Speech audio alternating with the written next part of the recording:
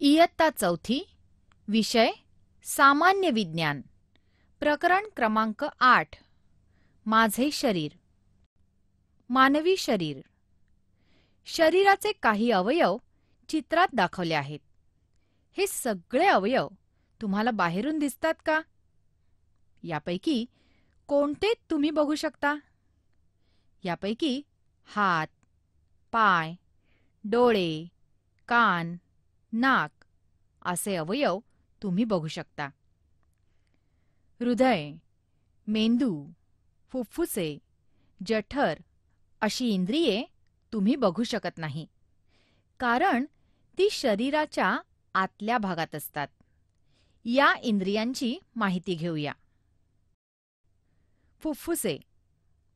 फुफ्फुसे शरीराच्या आत असतात, म्हणून ती आपल्याला दिसत नाहीत. श्वास घेणे आणि श्वास सोडणे ही कार्ये फुफ्फुसामार्फत होतात.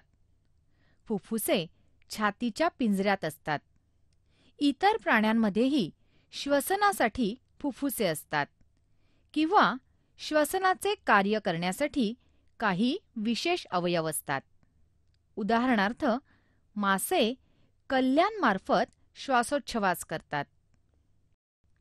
हृदय. छातीच्या पिंजऱ्यात 2 फुफ्फुसांच्या दरम्यान हृदय असते. हृदयाची हालचाल सतत होत असते. या हालचालीत हृदयाचे आकुंचन आणि प्रसरण होत असते.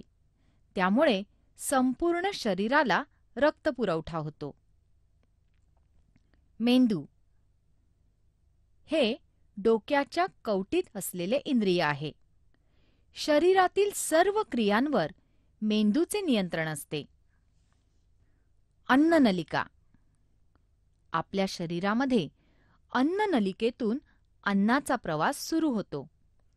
या नळीची सुरुवात तोंडात होऊन शेवट मोठ्या आतड्याच्या शेवटच्या टोकाशी होतो.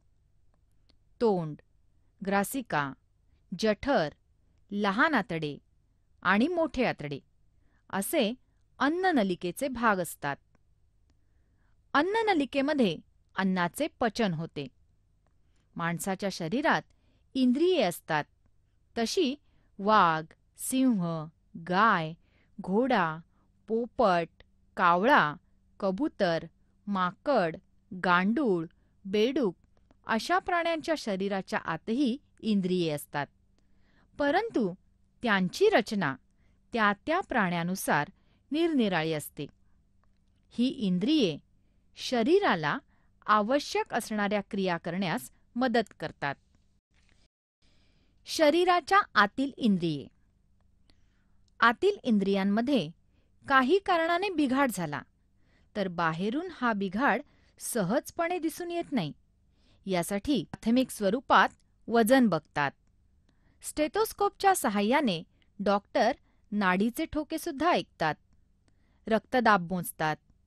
आवश्यक वाटल्यास रक्त तपासणी, थुंकी तपासणी, लघवी तपासणी यांसारख्या तपासण्या करायला सांगतात. त्यावरून निदान करून त्यानुसार योग्य औषधोपचार करतात. विशेष तपासण्या करण्यासाठी क्षकिरण, सोनोग्राफी, सीटी स्कॅन इत्यादी काही विकसित तंत्रे आहेत. इंद्रियांतील बिघाड गुंतागुंतीचा असेल तर अत्याधुनिक यंत्रांद्वारे तपासण्या केल्या जातात. त्यामुळे रोगाचे निदान करता येते. तसेच इंद्रियांवर शस्त्रक्रियाही करता येतात. मेंदू, हृदय यांसारख्या इंद्रियांच्या शस्त्रक्रियाही शक्य झाल्या आहेत. हल्ली डोळ्यांच्या तसेच इतरही काही शस्त्रक्रिया लेसर किरणांच्या सहाय्याने करता येतात. डोळ्यात भिंग किंवा कॉन्टॅक्ट लेन्स घालून चष्म्याचा नंबर सुधारता येतो. मोतीबिंदू, काचबिंदूंसारख्या शस्त्रक्रियाही आता सोप्या झाल्या आहेत.